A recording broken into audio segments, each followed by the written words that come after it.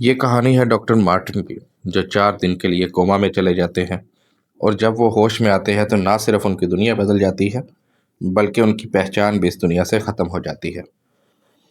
कहानी के शुरू में हमें डॉक्टर मार्टिन और उसकी बीवी लिज को दिखाया जाता है, जो फ्लाइट से जर्मनी के शहर बर्लिन जा रहे होते हैं। ये दोनों एयरपोर्ट से एक टैक्सी लेते हैं और जब ये टैक्सी पे बैठते हैं तो इनका एक बैग वहीं रह जाता है। जब ये होटल आते हैं तो लिज अंदर रिसेप्शन पर चली जाती है। डॉक्टर मार्टिन बाहर अपना सामान निकालता है और वो नोटिस करता है कि इसका एक बैग कम है, इसलिए वो दूसरी टैक्सी पकड़कर सीधा एयरपोर्ट की तरफ निकल जाता है। इस टैक्सी को एक लड़की चला रही होती है। इससे पहले कि ये एयरपोर्ट पर पहुंचते, इनकी टैक्सी का एक्सीडेंट हो जाता है और इनकी गाड़ी पानी में गिर जाती है, जिससे डॉक्टर मार्टिन बेहोश हो जाता है। लेकिन वो टैक्सी ड्राइवर लड़की, वो इनकी जान बचाती है, इनको पानी से बाहर निकालती है और वहां से चली जाती है। अगला सीन हमें हॉस्पिटल का दिखाया जाता है, जहां डॉक्टर मार्टिन को होश आता है और डॉक्टर इसे बताता है कि तुम 4 दिन से कोमा में थे, तुम्हारी टैक्सी नदी में गिर गई थी और अभी तक तुम्हारा पूछने कोई भी नहीं आया। इस बात से डॉक्टर मार्टिन काफी परेशान हो जाते हैं।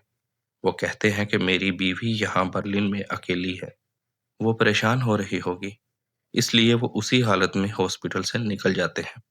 वो उसी होटल में जाते हैं जिसमें उनकी बुकिंग थी, लेकिन उसे ऊपर नहीं जाने दिया जाता क्योंकि उनके पास कोई भी आईडी नहीं थी। और तब वो देखता है कि उसकी बीवी खाने वाली जगह पर जा रही है।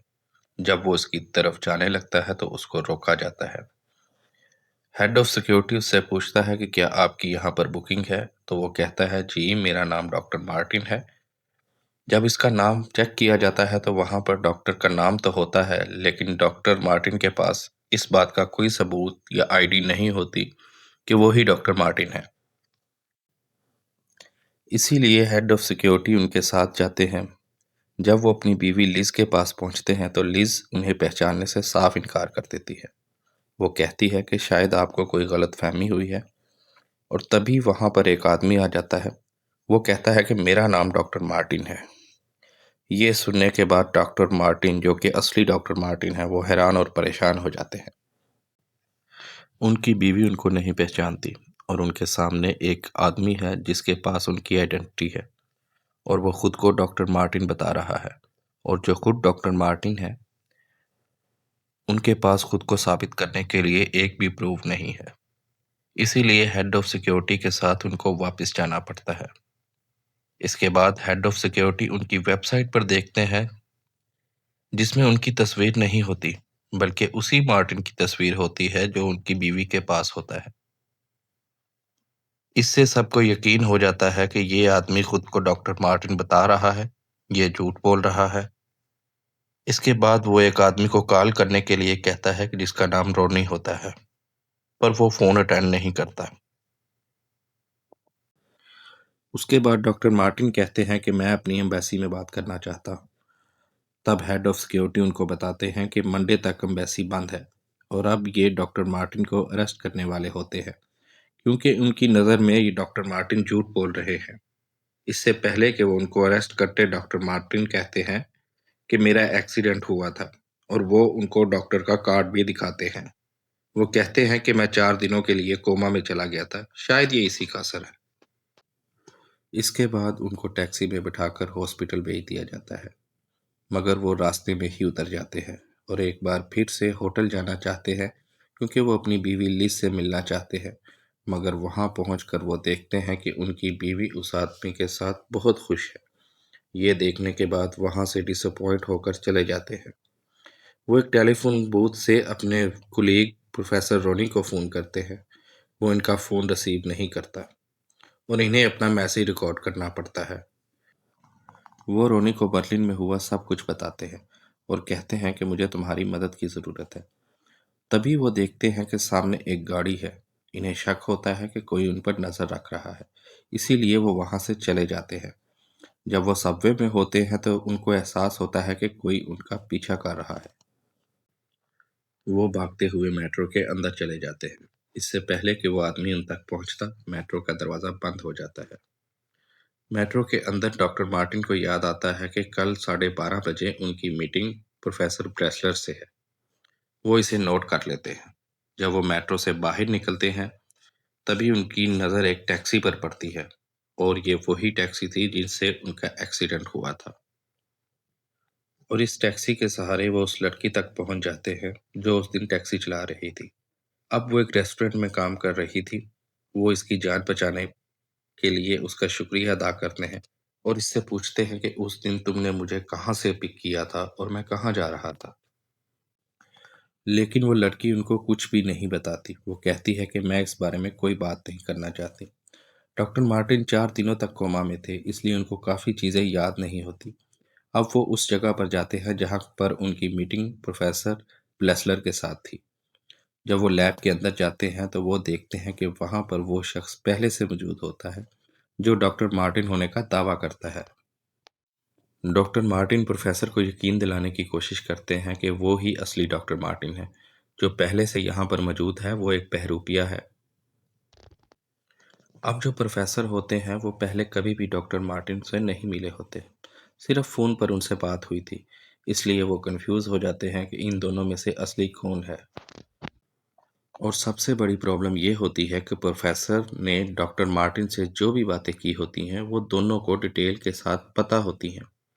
उसके बाद नकली डॉक्टर मार्टिन अपना ड्राइविंग लाइसेंस दिखाते हैं और उसके साथ साथ अपनी बीवी लिज के साथ तस्वीर भी दिखाते हैं। इसीलिए पुलिस यहाँ से असली डॉक्टर मार्टिन को वापस हॉस्पिटल भेज देते हैं। अब डॉक्टर मार्टिन को खुद भी यकीन होना शुरू हो जाता है कि शायद वो गलती कर रहे हैं और ये जो भी कुछ हो रहा है इसकी वजह वो एक्सीडेंट ही है, जिसकी वजह से वो अपनी याददाश्त काफ़ी हद तक खो चुके हैं। उनकी परेशानी को देखकर हॉस्पिटल की नर्स उनको एक आदमी का नाम और एड्रेस लिख कर देती है और कहती है कि इस पता पर जाकर इस आदमी से मिल लें, वो तुम्हारी मदद ज़रूर करेंगे।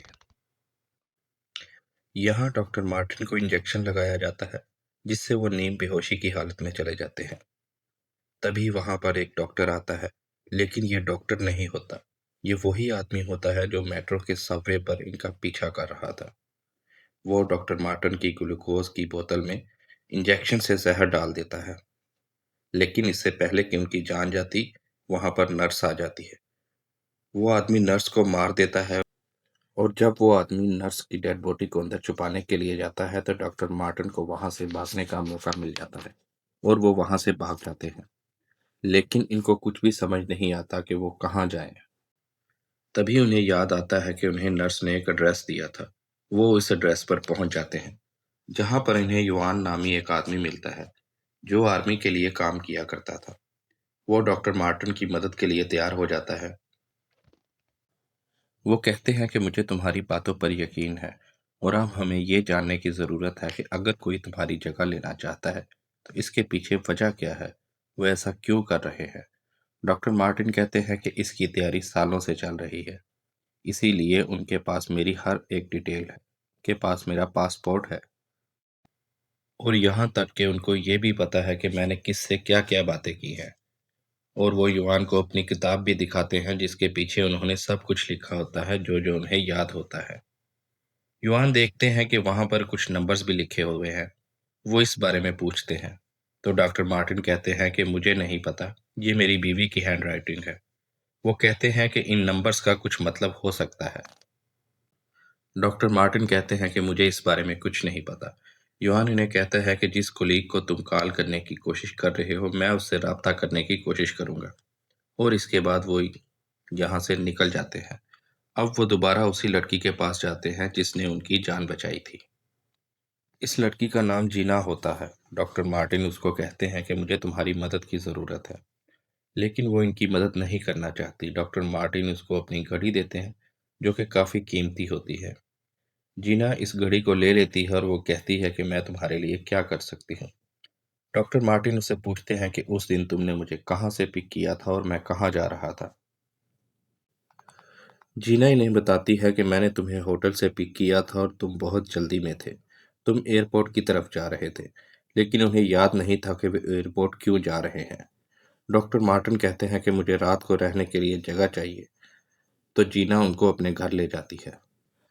जब वो घर पहुंचते हैं तो इनके ऊपर वही आदमी हमला कर देता है जिसने इन्हें हॉस्पिटल में मारने की कोशिश की थी। लेकिन इससे पहले कि वो डॉक्टर मार्टिन को मारता, जीना पीछे से उस आदमी को मारती है और ये दोनों यहाँ से निकल जाते हैं। दूसरी तरफ युवान इस पूरे केस को स्टडी कर रहे होते हैं और इन्हें पता चलता है कि डॉक्टर मार्टिन यहाँ जिस काम से आए हैं, इस काम में सऊदी अरब के प्रिंस प्रिंस शाडा भी इन्वॉल्व हैं। दरअसल वो इस पूरे प्रोजेक्ट को फंडिंग कर रहे होते हैं और प्रिंस शाडा के ऊपर कई बार जानलेवा हमले हो चुके हैं। इसके बाद युवान एक बार फिर डॉक्टर मार्टिन से मिलते हैं और वो इनसे पूछते हैं कि सऊदी अरब के प्रिंस शाडा का तुम्हारे प्रोजेक्ट में क्या इन्वॉल्वमेंट है। डॉक्टर मार्टिन बताते हैं कि प्रोफेसर ब्लिसलर जिससे मिलने में वो यहाँ आए थे, वो एक खास तरह की काश्तकारी कर रहे हैं और वो दुनिया से इस भूख को मिटा देना चाहते हैं और प्रिंस शाडा इस काम में उनको फंड कर रहे हैं क्योंकि वो जानते हैं कि बहुत जल्द तेल ख़त्म हो जाएगा और इस रिसर्च के ख़त्म होने के बाद ये एग्रीकल्चर इनके लिए ख़जाना बन जाएगा और वो पूरी दुनिया से इससे पैसा कमाएंगे। युआन इन्हें बताते हैं कि यही वजह है कि इनके मुल्क में भी इन पर कई बार कातलाना हमला हो चुके हैं। वो डॉक्टर मार्टिन से पूछते हैं कि आज रात को कॉकटेल पार्टी है जहाँ पर प्रिंस शाडा भी आने वाले हैं। तो डॉक्टर मार्टिन कहते हैं कि हाँ, प्रोफेसर ब्रिस्लर की स्पीच से पहले एक कॉकटेल पार्टी है। युआन कहता है कि ऐसी जगह पर प्रिंस शाडा को मारना बहुत ज़्यादा आसान हो जाएगा, जहाँ पर चंद लोग हों और वो भी तब जब उनमें से एक तुम्हारे रूप में हो। ये लोग समझ जाते हैं कि सारी प्लानिंग प्रिंस शाडा को मारने के लिए की गई है। डॉक्टर मार्टिन की किताब के पीछे जो नंबर्स लिखे होते हैं, वो इन्हें भी समझ जाते हैं। वो कहते हैं कि इसमें जो पहला नंबर है, वो बुक का पेज नंबर है और दूसरा नंबर उस पेज की लाइन और तीसरा नंबर उस लाइन का वर्ड है। इन चारों कोड्स से जो सामने आता है, वो 4 पौधों के नाम थे।